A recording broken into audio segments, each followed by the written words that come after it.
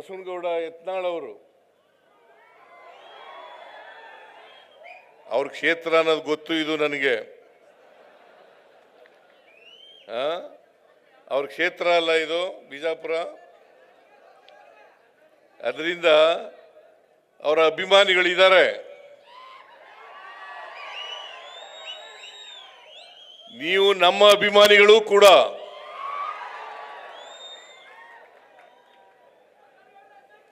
ನಿಮ್ಮೆಲ್ಲರ ಆಶೀರ್ವಾದದಿಂದಲೇ 136 ಸ್ಥಾನಗಳನ್ನ ಕಳೆದ ಚುನಾವಣೆಯಲ್ಲಿ ಗೆದ್ದದ್ದು. ಇಲ್ಲಿ ಬಿಜಾಪುರ ಜಿಲ್ಲೆಯಲ್ಲಿ ಸುಮಾರು 8 ಅಸೆಂಬ್ಲಿ ಕ್ಷೇತ್ರಗಳಿದ್ದಾವೆ. 8 ಅಸೆಂಬ್ಲಿ ಕ್ಷೇತ್ರಗಳಲ್ಲಿ 6 ಕ್ಷೇತ್ರಗಳನ್ನ ನಾವು ಗೆದ್ದಿದ್ದೇವೆ. ಅದರಿಂದಲೇ ನಾವು ಸರ್ಕಾರ ಮಾಡಲಿಕ್ಕೆ ಸಾಧ್ಯ ಆಯಿತು. ಅದಕ್ಕೆ 136 ಸ್ಥಾನಗಳನ್ನು ಗೆಲ್ಲಬೇಕಾದ್ರೆ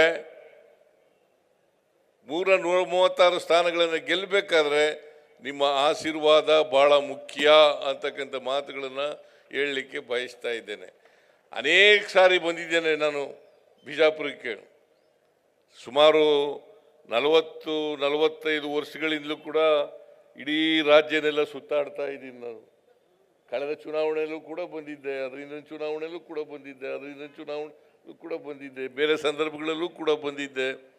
ಆದರೆ ಬಂದಾಗೆಲ್ಲ ಕೂಡ ನೀವು ನನಗೆ ಆಶೀರ್ವಾದವನ್ನು ಮಾಡಿದ್ದೀರಿ ಅಂತಕ್ಕಂಥ ಮಾತುಗಳನ್ನು ಹೇಳಲಿಕ್ಕೆ ಬಯಸ್ತಾ ಇದ್ದೇನೆ.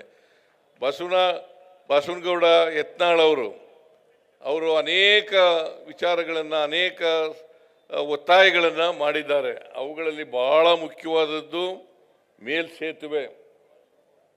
160 ಕೋಟಿ ರೂಪಾಯಿ ಅಂದಾಜು ವೆಚ್ಚದಲ್ಲಿ ಮೇಲ್ಸೇತುವೆ ಮಾಡಬೇಕು ಅಂತ ಮನವಿಯನ್ನು ಮಾಡಿದ್ದಾರೆ.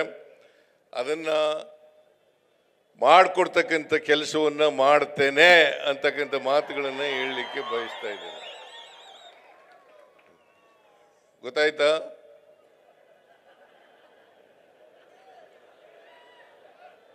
ಮೇಲ್ಸೇತುವೆ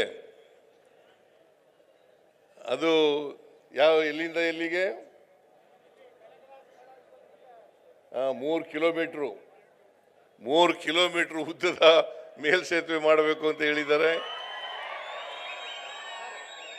ಸಂತ ಕನಕದಾಸ ಸರ್ಕಲ್ನಿಂದ ಅಂಬೇಡ್ಕರ್ ಸರ್ಕಲ್ ಮಾಡಬೇಕು, ಶಿವಾಜಿ ಮಹಾರಾಜರ ಸರ್ಕಲ್ ವರೆಗೆ.